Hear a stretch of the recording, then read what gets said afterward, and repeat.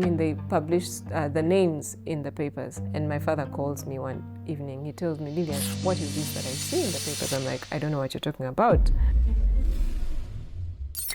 I am the team leader at Neisa Bespoke, and Neisa Bespoke, it's a fashion design house that provides unique, authentic, bespoke pieces, handmade pieces. Everything that you see in here has been made by those gentle hands in the factory.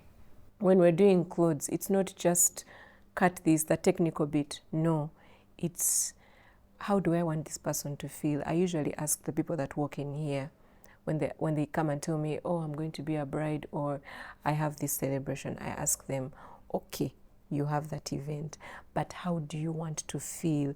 Or maybe the other question is, how do you want us to feel when we see you? What kind of expression are you looking for? Do you want us to go like, wow? Or do you want us to go like, nice, simple? So I am an artist more than a fashion designer, because for me, fashion began in not even just in my art class, but it began years ago. I remember my kindergarten days when I'd be going to school, and that time my mom would assign me to the house help to actually take me to school. It was like a few meters away, and then while we would be going to school, I would be looking at these flowers. There's a blue flower that likes to grow on fences. I think it's the morning glory. I used to think about it and go like, how does a flower close at a certain time and then open in the morning? So for me, that was already fascinating. And then I would always wonder, what could we do with these flowers? So while we would be coming back from school at around midday, I would come back home picking these flowers, picking one by one. I remember there was the morning glories. We had the hibiscus flowers on the way back home. Then there was also this other yellow flower. I remember particularly that yellow flower that I picked out one of those days, brought home. And then, remember those games of Bagole? You remember those ones? I had a little brother. So I would bring back flowers home, and then I would put like a garland of flowers around him, and then I would tell him, oh my God, you look like the Mugole, so would celebrate. Now that particular day I brought back a flower and we put it in the nose. We experimented. It wasn't a very good thing. We ended up in hospital, but yes, it didn't stop. I still went on with my whole noticing things.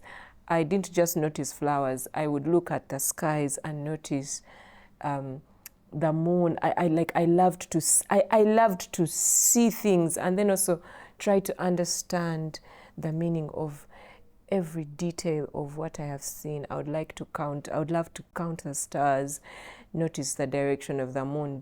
Today it's half, the next day it's full. Why is it yellow? So for me, art did not just begin when I was much older. It began when I was really little. I found myself in a position whereby my parents always encouraged me to do science because, of course, science was trending.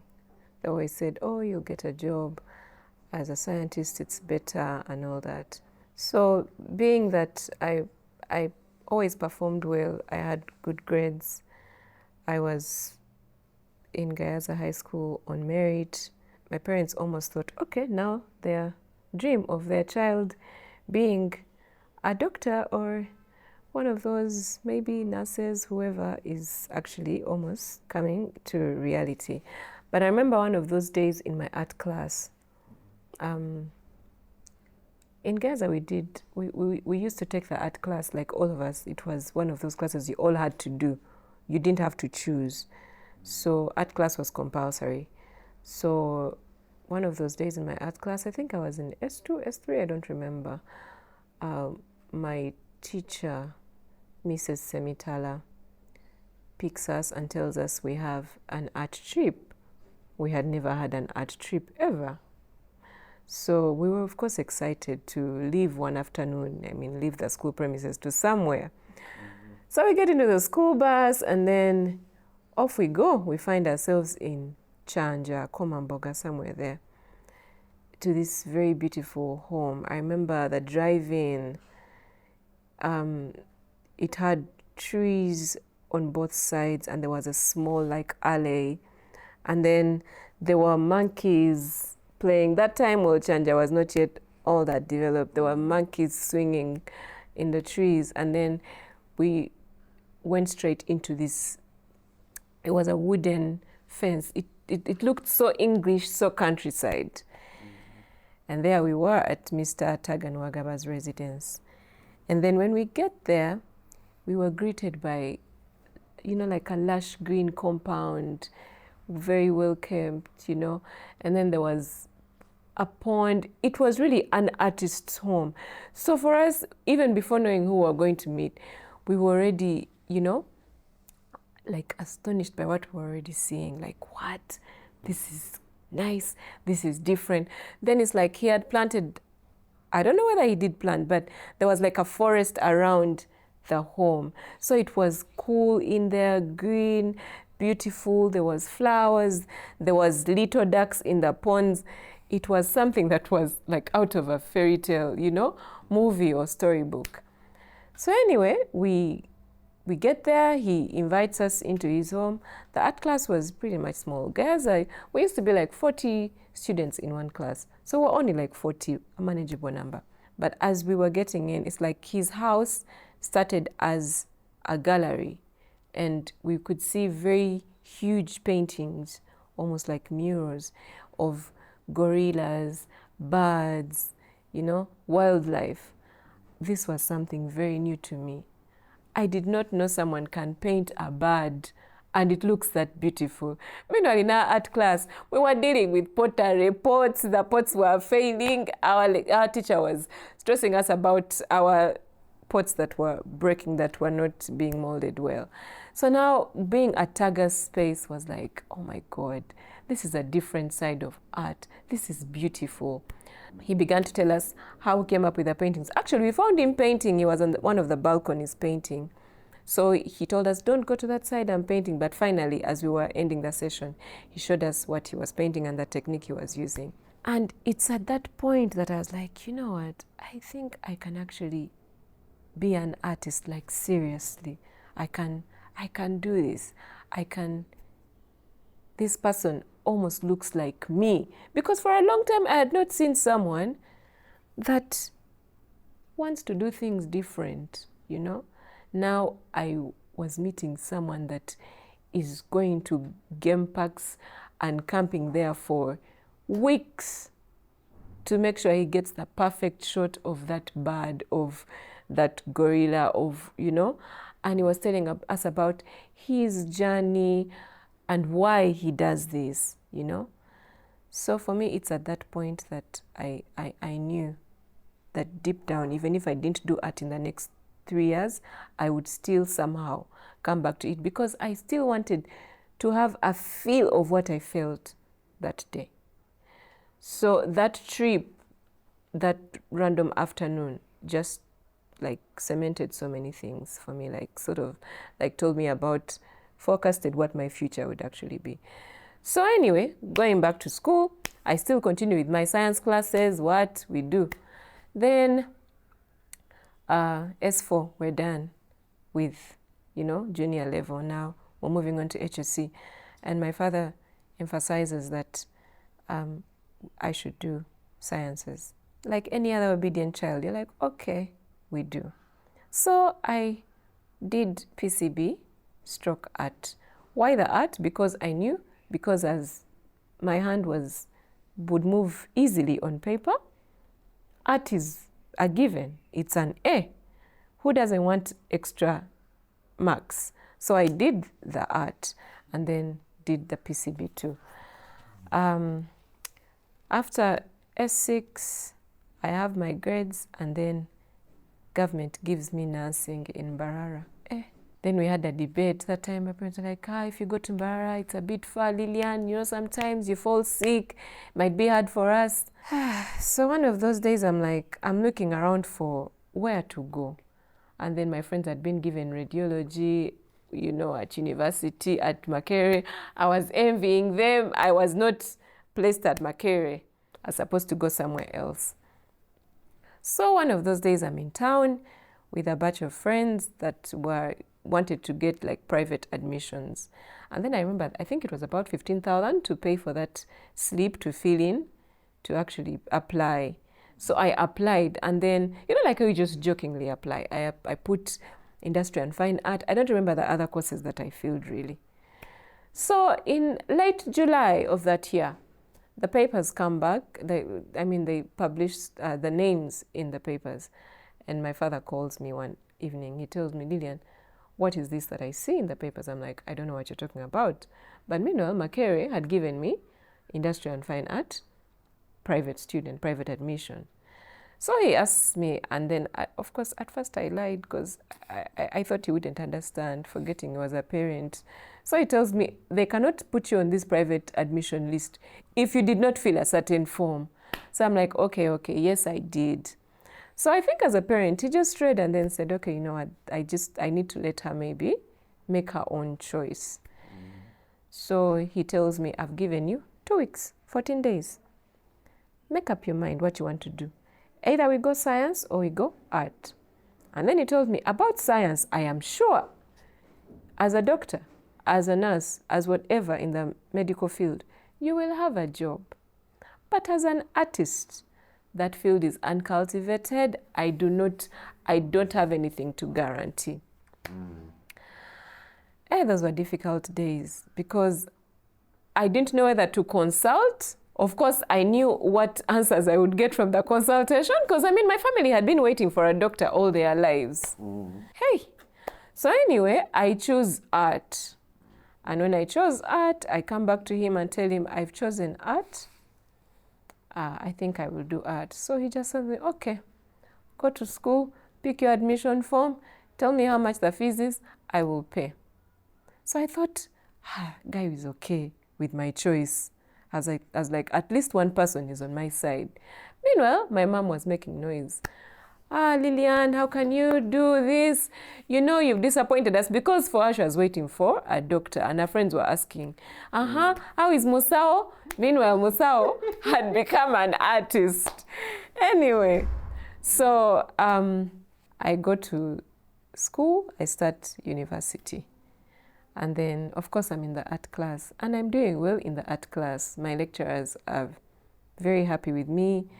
They are surprised that a girl can actually be as good as the boys, even better, because I would sketch in less than 10 minutes. I would have a sketch, like, would just sit there, and I would just draw a face very, very fast. And then I would raise my hand, I'm done.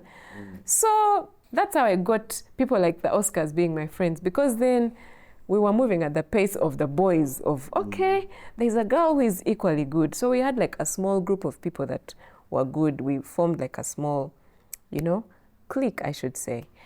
So anyway, I end up doing art from just looking at what Taga was doing. And then initially I began out wanting, the reason why I took the painting module was because I wanted to do painting, just the way Taga was doing that. But then later I realized that I needed to be my own self. As much as we were all artists, but I needed to find myself. And interesting how I found myself.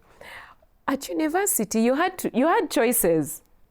You had to either choose to find a sugar daddy, or your parents had to be very wealthy to keep giving you money, because I mean, art is an expensive course. Your painting lecturer wants you to buy 5 tubes of paint, the primary colors. That's about, that time you spend like 100 and something thousand shillings. As a student, you don't have that kind of money. So you find yourself coming home every weekend to ask for money. And then they're like, sente. You know, you're asking for material, for fabric, for your fashion class. You're asking for paint for your painting class. You're asking for something for your sculpture class. You're asking for everything. So now I had to choose to survive. Somehow I told myself, Lillian, you're going to survive without finding a what? Sugar daddy. Now, my life. I remember that time, Maurice Kiria was was the thing. He was really doing amazing stuff. And then I was like, I think I can sing. So I called Maurice one of those days. I got his number from a friend of mine, hostel. And she first actually refused to give me the number. She thought I was calling Maurice so that I probably suggest that I can be a girlfriend. I told her, no, you just give me the number. Leave the rest to me. Anyway, she gave me the number. So I called Maurice. And I was so confident. I told him, hi, Maurice, my name is Lillian. I am calling because I want to be a background singer, vocalist. He told me, who told you you can sing? I told him, because I know. He was like, okay, find me in Machindi. Now, this I was doing without my parents knowing. Because if they found out, I would leave campus of, what are you doing? Because of course that time, people thought, still, people in the arts are unserious, you know? Yeah. Now, imagine I was doing art. I was getting along with, now I was looking for artists to be around. So it was just not going to make sense at home. So anyway, I didn't tell them. I go meet Maurice, and then I have an audition. Then he says, okay, you can come around, we can just vibe. So I become one of Maurice's background vocalists. And then it's from there that I joined, small time, I joined Soulbeat Africa, where there was Michael Wuma. Yes. Alan Okia that time. So I did a small thing with Soulbeat Africa, and still my parents did not understand. Like every time I had a gig, I had to announce, Daddy, Mama, on this date, this month, we shall have a show. The show will be, like I had to give details. And then I remember I had to beg Ouma to always, like, whenever I would be late, like we're going to come back late after a gig, I had to tell Oma, you cannot leave me. You can't. Please take me home, because if someone else takes me home, I'm finished. So just, and then I would call and say, Mama, I'm coming home. I'm coming home with Michael. Now Michael had an interesting car. And, you know, when he would park, they would just know, Lillian akomyeo, oyo mvubuka ya mkomezao. So I was safe when it was with Michael. Now I made sure no one else took me home, because then it would become suspicious. So anyway, that's how I decide that I want to do fashion, because then now I had to sing to make extra money, because now I would sing, they would give me like 100K. So that 100K, I would come back to school and then buy the necessities that I needed. My father was providing meanwhile, but at that time his job was very demanding, and then he was also away, like so many times. You'd find that he would travel, he's in Brazil, he's in, you know, he was away for work. So you come back home to ask for money, the guy is gone. And bagamba nti anti agenze taliiwo. Kati, can you keep coursework? You can't. So I had to figure it out somehow. Now people are thinking you're privileged. No, I had to work for it, yeah? So that's how I decided, you know what? A painting, people don't know me. I will take years to sell a painting. But with a dress, I can make a dress real quick, and someone gives me 25K, 50K, and then I can find a way to figure out school stuff. I don't have to wait for daddy or whoever to give me. Yeah. So for me, that's how this whole fashion thing was birthed.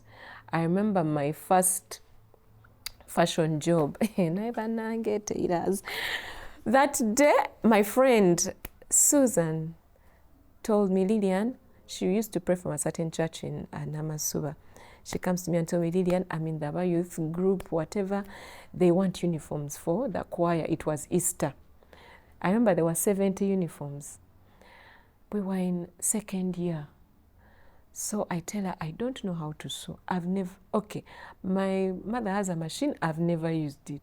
She tells me, I know how to use a machine. Do you know how to draw? I said, of course I know how to draw pictures, but I don't know how to cut. She tells me, you just told me that we can get the order. We can find Chiembe people and they do the order, we get money.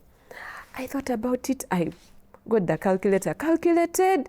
It's like, I remember that time, after doing my calculations, I was supposed to get 350,000 shillings. That was a lot of money. I said 350.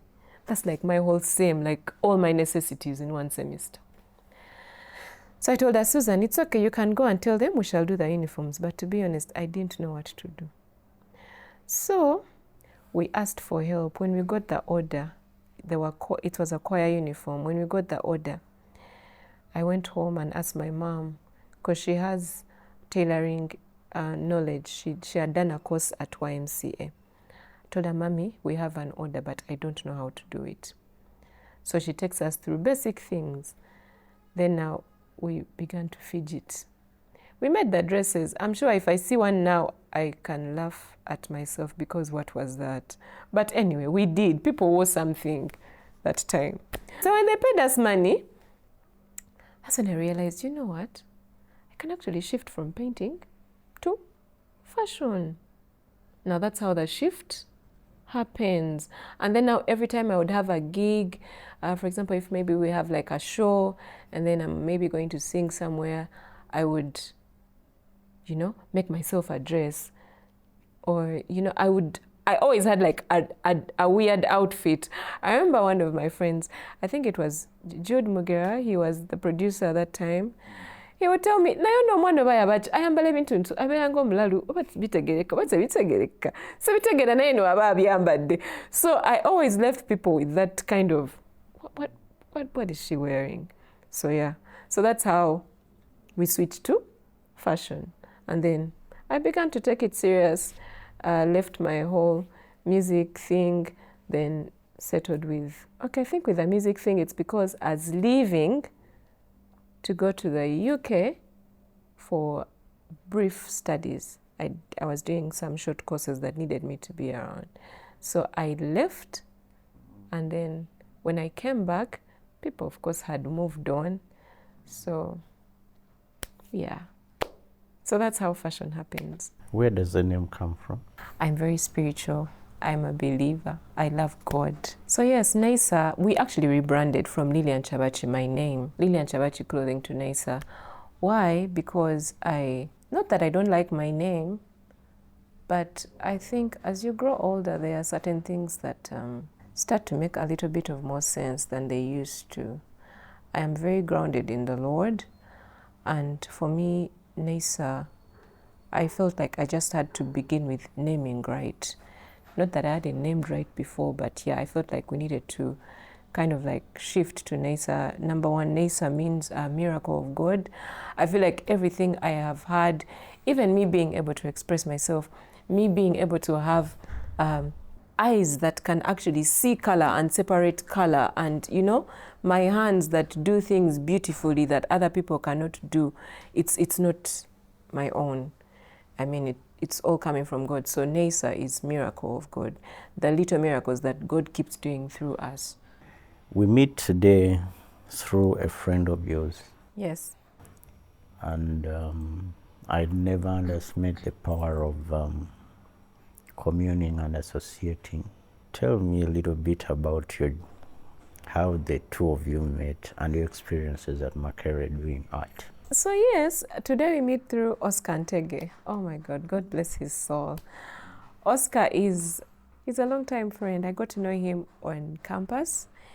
We were doing the same course, Industry and Fine Art, and we were in the same class. So we were sharing the general modules, the general courses. Yeah, drawing, what. But then we had these other ones that you had to pick for yourself, the ones like painting, fashion. So for me, I did fashion, he did photography, and then we shared the painting class. Yeah. So in that painting class, I remember, oh my God, Oscar. He had very interesting art pieces, and the names he would give them is what always stood out for me. I remember one of those days, I think it was a Tuesday class, afternoon around 3 p.m. We all come in for the lecturer to mark our pieces. And we used to like putting Oscar, like among the very first people like to present their work, because you knew he would come up with a very long story. So all of you that have work that is still wet, you know, when you paint and you've painted late, of course your art piece is still wet. Now in your head you're thinking, can they take some more time on this person so that my painting can be drying? So Oscar was one of like our scapegoats. We'd put him there. So anyway, one of those days Oscar is explaining his painting, and he had painted something that didn't look like what he actually named the painting. There was a lady, but she was like half naked, half dressed. And then there was an insect next to her chest. So we're like, Oscar, today, what have you painted? So anyway, the lecturer asked him, so Oscar, tell us about your painting. So now we're all thinking he was going to come up with this maybe like description that had a bit of like talk about maybe prostitution, or no.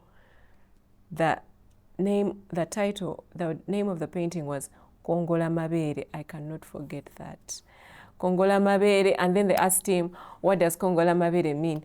Then he was like, you know, when girls are growing up and I don't know, their breasts are still small, then your judge brings, your grandmother brings an insect. Is it called a praying mantis in English? Yeah, a praying mantis. And then that praying mantis, I don't know, they put it on your breast, and then that praying mantis pulls your breast and they become bigger. So in my head, I was like, Oscar, I've been to the biology class. That's not what happens, but that's what you're telling us actually happens. So the whole class just burst out into laughter. But as we were laughing at him, the lecturer was giving him marks. Oscar got like an 80. So for us who were very neat and, you know, well put together and all that, we did not get the 80 that Oscar got. But yeah, that's what he told us. So we had to believe. Meanwhile, in abstract art, if you do like an abstract piece, I am at liberty, me the painter, to tell you what my painting means. You, if you disagree, it's on you. So that was Oscar. And talking about creativity, what would you say, you talked about sitting together with a client to get into their head an expectation of what you'll put out for them. Yeah. From your point of view, what would you say stands out or makes your artistic work unique? When we sit down with a client and they tell me about what they want to be made, many times we just don't talk about the product. We actually have even deeper conversations. I ask so many things. Things like, when are you going to have this event? Where is it going to happen? Do you have an idea of how it's going to happen? Why? Because I want to understand how to step into their shoes. Because for me, when the person comes to me, fine, I will advise and all that. I will give you my technical view and my creative side. But then also, I want the dress, the outfit to embody who you are. Because I'm not wearing it. You're wearing it. So I'm just like the driver, like the vehicle that actually gets you to that place. So when we sit down, you will have your input, and then I will also put my effort in there, my creative side to it. So yeah, that's basically what we usually do. We do that because I want you to wear you. If it's like cooking, I'm just like a little salt, but all these other ingredients is basically you. And then also it's interesting because if I only did what I am coming up with, I think at some point you actually, like, you can become monotonous. Well, your work can become a little bit monotonous. But imagine every day I meet people that want very diverse things. Someone tells me, I want a dress that has a flower that's looking this direction. So now I have to figure out how to make sure that looks that direction, but with my touch. Then someone tells me, I want a dress that has geometry prints. I have to figure that out, yet still make it, you know, easy on the eyes. Is there any intentionality from your end to speak to topical issues like sustainability in fashion or creativity? Already with just what we do, because what we do is not fast fashion. It's not. It's actually really slow fashion. Because now I will give you an example. If you're doing a wedding gown, I mean, in our African culture, you're getting married almost only once, unless things turn out the other way. But yes, you're going to have just one wedding gown all your life. It's not like us making t-shirts and we're doing all like those t-shirts like every day, thousands of them, and then someone is able to just wear it once and throw it away. No. Some of these things, many of the outfits that we do are made to be reworn or even to be passed on to generations. I'll give you an example. We have a bride that we're working with that is 80 years of age. Imagine 80 years. But we're making a gown, and she's supposed to keep that gown for her, for the generations that are coming right after her. Yeah, so it's really slow fashion in that bit, but then also when we are sourcing fabrics, we try to make sure that the fabrics are not the ones that are like hazardous to the environment, because of course if it's going to do that, sometimes it's not even comfortable on the skin. For example, those extreme polyesters are not really nice, so we don't actually use them.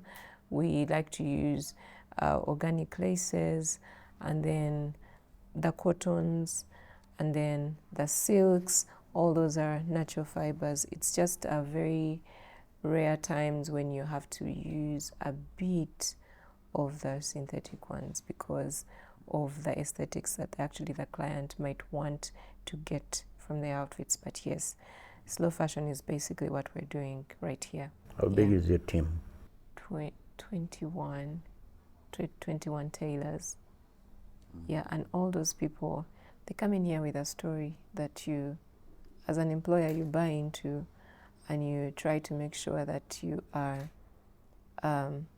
keeping that family, running and, progressing. Because when someone comes to you and they're not just doing a job, but they're not just giving you a service, but then also they are learning, so they are taking away skills. They're going to keep a skill that they can actually also give to other people, and then also be able to feed their families. For me, that is usually very fulfilling. Every time I wake up in the morning and I'm like, today should I work? I remember the ladies in there that have homes, that have children that go to school, that are waiting for their mom to bring fees for them to actually go to school. So for me, that too is very fulfilling. Who's or what holds that seed of kindness in you? It comes from my spirituality, and then also just knowing, basic knowledge, knowing that as a human being you should have empathy, you should be kind, because it doesn't take away anything, you being kind. And also realizing that people are going through the most, and you might be the only smile that they see that day. To also understand that it takes a lot for someone to wake up in the morning. Yeah, I think having been in that position once, it makes you realize that that smile that someone gave you that day, that sort of pulled you through, now it's time for you to actually give it to someone else. Yeah, to wake up and know that life is not about yourself. And then also I feel like it's a very gratifying thing to know that life is not just about you. For me, I don't know how to live knowing that nze ye nze, tewali yo ali waggulu tewali. No, I like to do something for someone. That makes me actually happier. If we go out and maybe I buy a meal, I would rather make sure everyone is eating, and then I'm okay to eat last. Why not? I think I've had that for a long time. That's why you see that people always ask me, why aren't you in the press, media, what? It's a good thing, but it's also nice that I work behind the scenes, because all of you want to be at the front. Who is going to stay at the back doing the cooking in the kitchen? But then also I thank God that that's how I am, because then it has taught me so many things. I would have never known. You can be distracted when you're all over everywhere. You're trying to be on the charts. But then I feel like if I am on there and I am not ready, I am not prepared, then it doesn't make sense. And then also, as a person, I am very real. It's either A or B. It's nothing in between. So if we have not mastered a pattern or a technique, there is no reason why I'm going to go out there and I'm going to market that. No. So I like to work more behind the scenes to make sure my team is doing great, people have the skills that they need to actually give a good product, and then now we can start to, push it all out there in the market. You pour into others. Yeah. Kindness and love. Who pours into you? God. Hmm? God. Yeah. God. What's your last testimonial? Okay, profound one? Yeah. I had surgery recently. I was very sick, I didn't know, earlier this year. And then I went in there and everyone was scared. They thought I wouldn't make it. Yeah. But I had a secret with God. And I just reminded him, I told him, God, we can't be out. Like, I can't go until you actually bring that to pass. And while everyone was worried, saying all sorts of prayers, I was very confident that I was going in there, into that theater, and I would come out. And when I came out, I continued to understand that God is faithful. Yeah. What would you say anchors you? Still God. Yeah, He's my source of everything. Why am I telling you that? As a business owner, there are days that are difficult. And you almost want to say, maybe this is the last day or the last month we actually open. But when I go back into my private space and I just have that simple conversation, it doesn't have to be a prayer that is too loud, no. Simple, small conversation with my God. Somehow He comes through and things work out. I will tell you that I am a miracle. Like sometimes I don't know how things are happening. Even with just the way I create. People will call me, oh Lillian, this is so good. How did you do this? And sometimes I also do not know what to tell them. Of course, I'm big on the technique. Yes, I put in the work. But Edgar, some days are not just about you. Some days there's something that's behind you that is actually doing the work. There's a God that actually doing the work, and I'm careful not to take the glory because it's not me. I'm just a vessel. Okay. How do you do the business of fashion? The business of fashion. Oh my God, I wish I had been told this. Do you know when you're at school and you're doing this whole fashion? And meanwhile, people come and say, I want to be a fashion designer. And I look at them. And I'm like, you guys don't know what you're asking for.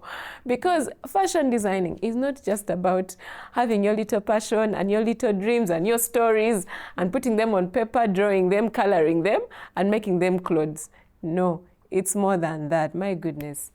I keep on saying, I wish schools that do creative arts or anything that involves hands, can actually really teach these kids the entrepreneurial skills that you need to have when you're in business. Actually, right now I'm doing a business course, and the way my eyes are opening of what, even this, what? Yeah. So the business of fashion, it's a lot more than that. It comes from the creative to you knowing how to just attract a client and knowing how to translate, make sure that client comes from just a simple conversation to actually picking their money from their pocket and giving it to you. Yeah? Making sure that that client trusts you enough to give you that money. And then also you being faithful enough to make sure that when you pick that money, you don't run around like, all those other tailors that run with people's fabrics and never return them. You actually make sure you live up to your word of saying, I'm going to give you this suit on Monday, and your Monday is actually a Monday. Then now from that bit, it gets to your internal network, where you have to make sure that things are running the way they should, from when an order is received to how it's carried on to production, from how it moves from production to fittings, from how it gets to fittings to alterations, then from alterations to maybe another fitting, and then delivery. Knowing how the whole system works, man, that bit I have taken years to learn. I wish someone had a pen and paper and they could like help me decode it years ago, but also I think I wasn't ready. Yeah, so there's a lot in the business of fashion. It's not just seeing a dress on a mannequin, it's a lot more than that. And then now we have, governing bodies like URA, you knowing that at some point as a business you have to comply. There's bills to pay, there's wages to pay. So all those things, when you're saying you want to be a fashion designer, have you thought, it's not just my hands can do this. It's a lot more than that. As a business owner, you make so many mistakes. Especially for us in fashion, who don't have like a template. You're just, today you do, you fail, you do again, you fail. And there is really no one to take your hand. Yeah, meanwhile, also others are looking up to you and going like, hey, we admire her work. You do not know what I am actually struggling with. Finances are the soul of business. Yeah. What's your financial mantra? Of course, without finance, as a business, you can't survive. You can be the most creative person in the room. But if you do not have cash flow, then, you don't have much to show for it. So for me, I believe that as a business in the creative industry, you need to know how to constantly,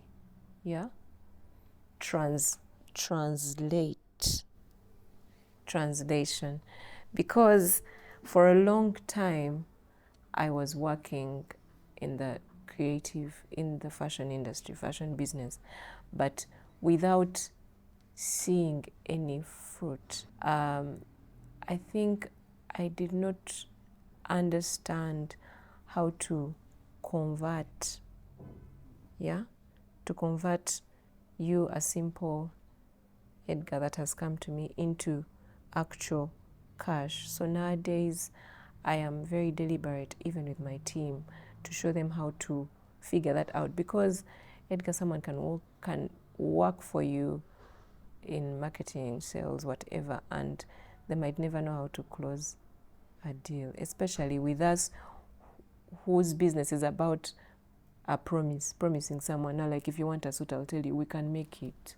I've never made it for you, but I will assure you that I can actually do it, make it. So trying to figure that bit out, it's not a very easy thing to decode. You can live with someone, you can work with someone who never brings you even one single sale, because they don't know how to speak right about the product, and then also to get into the mind of the client. Because clients, many days you don't just buy a product.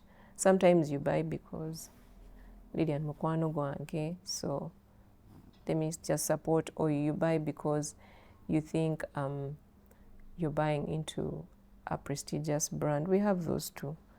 Then some buy because they think if they buy that particular dress, it's the only way they can, get back to their enemies. So really, people buy for different. They don't just buy our products; they buy perceptions. So it's important to build those and know that that's what you're selling.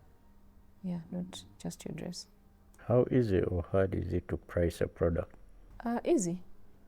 I've done it over the years. Easy. Some I will just look and just give you a price of it because I know I am someone who, I'm not just team leader at the top and just stay at the top. I know every detail about my business, from systems, how we run it, to finance. Yes, I know every single detail. Every coin, I know where it is. So it's easy for me to just tell you, this is this much, especially if I know the cost price of the fabrics that we're going to work with. Okay, and what are those things that you do to harness teamwork? I love to remind my team that we are a family. People don't like those things, but when you say you're a family, you won't be paid. Are you crazy?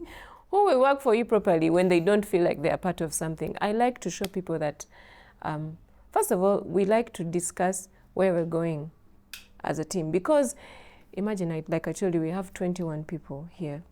So if I am the only one that knows where we're going, and I expect these people to help me push the cart, they will not push it. They don't know where we're going. You have to show them that, guys, we are going north, not east or west, so that when they are pushing the cart, no one is pushing it eastwards or southwards or west. They're all pushing north. So we have meetings, and then we talk about, guys, this is where we're going, so people know where we're actually going. Then now we all work towards a common goal. And then when we do that, you find that even the ones that are maybe learning a certain technique that's new, you find that they actually get to learn it faster, because now they know we need to learn it for this purpose. This is where we're going. So we need to actually get it done. If we don't learn it, we are going to slow the whole team down. And I keep telling them, you guys, our team is as good as the slowest member. Simple. If the slowest member cannot put a button on a shirt, what does that mean? On that fateful day when you're the person that is too good, you're not around, I cannot work on Edgar's shirt. So we encourage the people that are very good or get things easily to actually come back behind and pick the rest. So what we've done is, even with a team of tailors, we put them in groups, and then we keep studying those groups. How is so-and-so's team doing? How is this team doing? How is this team doing? Then we actually have review meetings and then see who is doing well, where is the problem, what can we do, how do we help you, how do we give you support? Yeah, not to actually scold them of, oh, you're the ones in the bottom. No, it is about, let us support each other, because once we're all good, then we are actually really good. Talk to me about Samantha in you. I think as a woman, I feel like I just have those like motherly instincts and all that. So I find myself getting down to stooping to that level of even the lowest member of my team, and just trying to build them up enough and making them believe that there is nothing as hard. If someone in China can do this, why can't you? You have two eyes, you have the same hands, you have the same legs, you can do anything that you put your mind to. I have always told them, these dresses that you see that look complex, you can do. So this usually happens when we have like a new team that's coming in that needs to be trained. When they walk in here, they're like, oh my God, I don't think we can. Actually, some have had to leave as soon as they walked in because they thought, what? We can't. But then the ones that actually stay, we take them through a process and then show them that what they actually think is so hard might not actually be too hard. And then we usually tell them, when you have a very huge task, you think of it as very huge, in your mind, squeeze it, let it be small. Because when it becomes small in your mind, then you're actually going to be able to do it, because then you have actually reduced its size. Then now you can actually do it. Then by the time you're done with it, you're like, what? This is actually the task I was doing. Yeah, but you've actually done it because you first actually squashed it and made it small. What's on your wish list? Hey, what's on my wish list? To go to heaven. Wait. Wait. On my wish list, seriously, on my wish list, I don't know. I would want to see many other people join what we're doing. Yeah.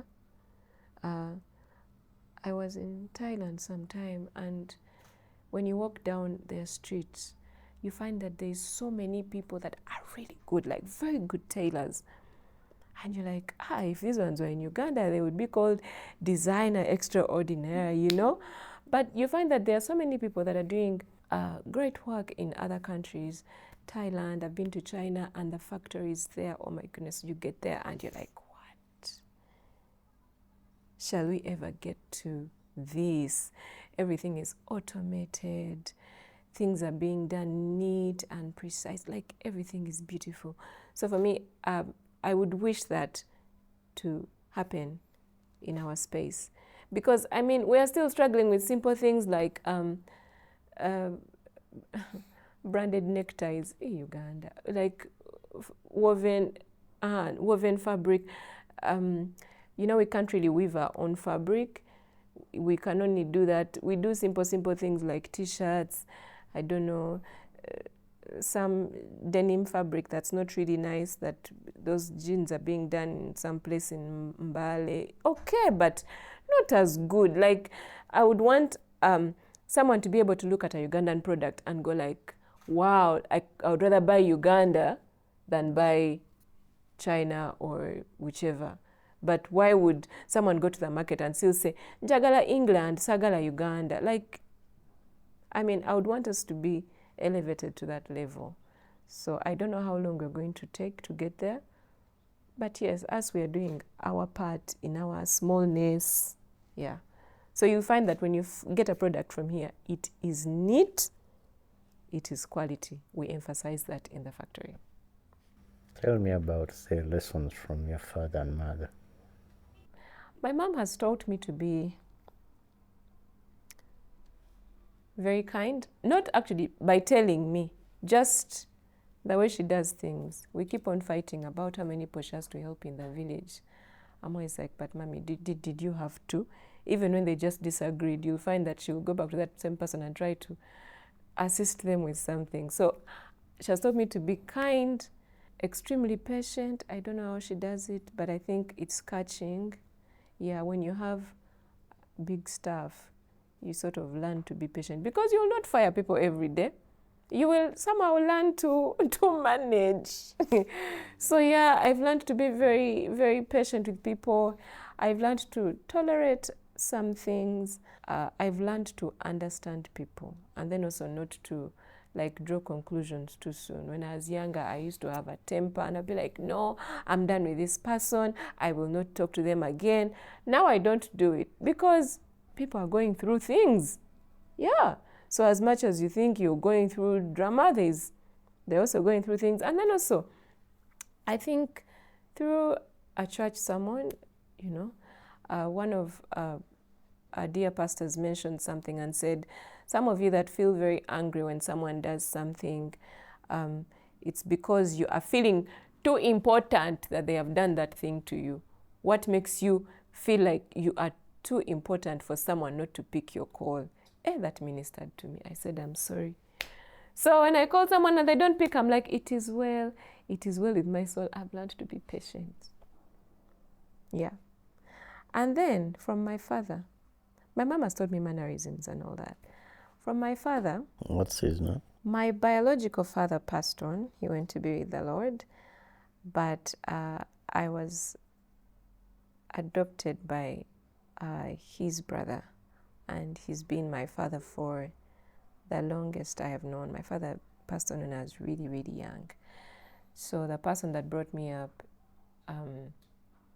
as my father, he's still a very important part of my life. And he has taught me so many things. He has taught me how to be the business person that I am.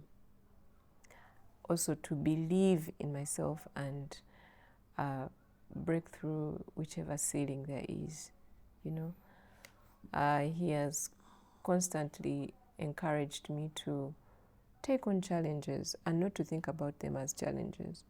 Also to understand that I am not too small, I am enough, but I can do even more. So for me, he has really shaped the business person that I am. Yeah. And to this very day, we still do. We do business together. So he has taught me so many lessons. I don't know which one to pick out. But yeah, very important lessons, very important ones. Talk to your 20-year-old self. My 20-year-old self, my goodness. Trust the process. Yeah. Yeah. Thank you for your time. You're welcome.